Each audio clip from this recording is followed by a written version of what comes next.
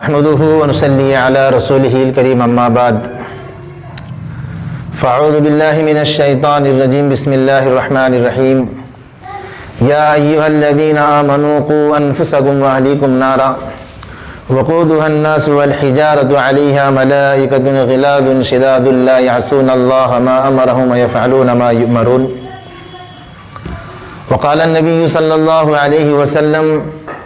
ذاق طعم الایمان من رضی باللہ ربا وبالاسلام دینا وبمحمد صلی اللہ علیہ وسلم نبیا ورسولا صدق اللہ العظیم وصدق رسولہ النبی الکریم ونحن علی ذلک لمن الشاہدین والشاکرین والحمد للہ رب العالمین سبحانک لا علم لنا الا ما علمتنا انک انت العلیم الحکیم۔ محترم و معزز حاضرین، اس سے پہلے جس عنوان پر گفتگو ہوئی تھی کہ ہماری نسل اور ہماری آنے والی نیو جنریشن یہ کس طرح سے گناہوں کے دلدل سے، فحاشیت سے، عریانیت سے نکل کر ایک تقوی والی، نیکی والی زندگی گزارنے والے بنے،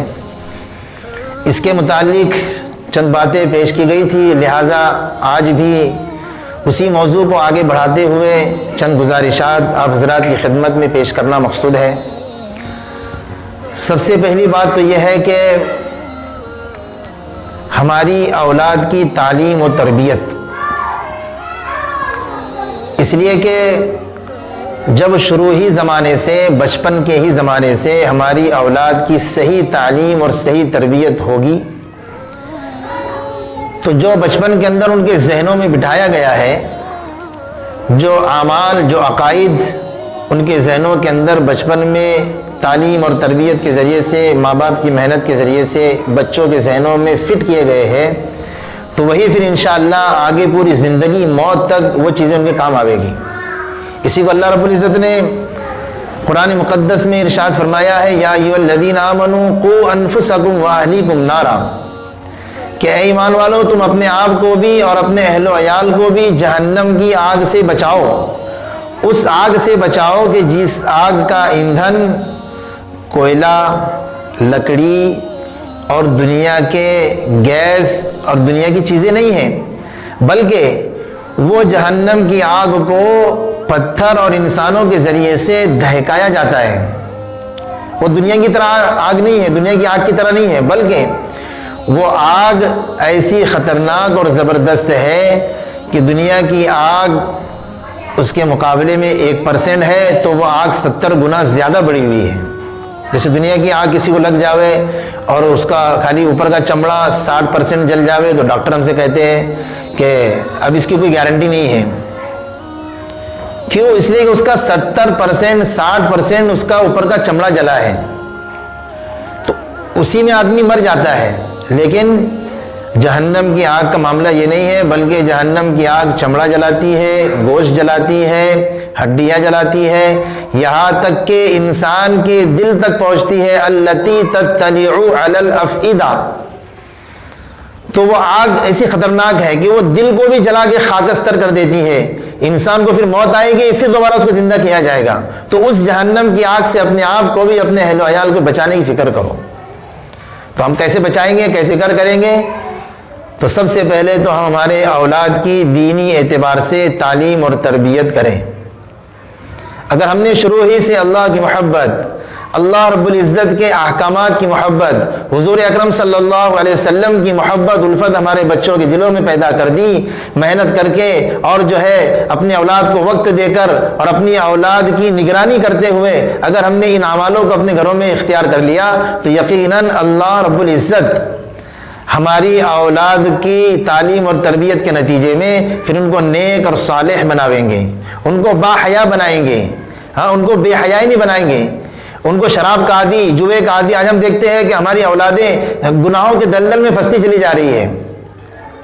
گناہوں کے دلدل میں دن بدن، روز بروز ہم دھستے جا رہے ہیں۔ ہمارا نوجوان شراب کا عادی ہو چکا ہے، ہمارا نوجوان جوئے، پتے، سٹے کا عادی ہو چکا ہے، ہمارا نوجوان یہ گانجا، چرس، افیم کا عادی ہو چکا ہے، یہ نشے کا عادی ہو چکا ہے، یہ عورتوں کا دل دادا ہو چکا ہے، اور یہ اپنی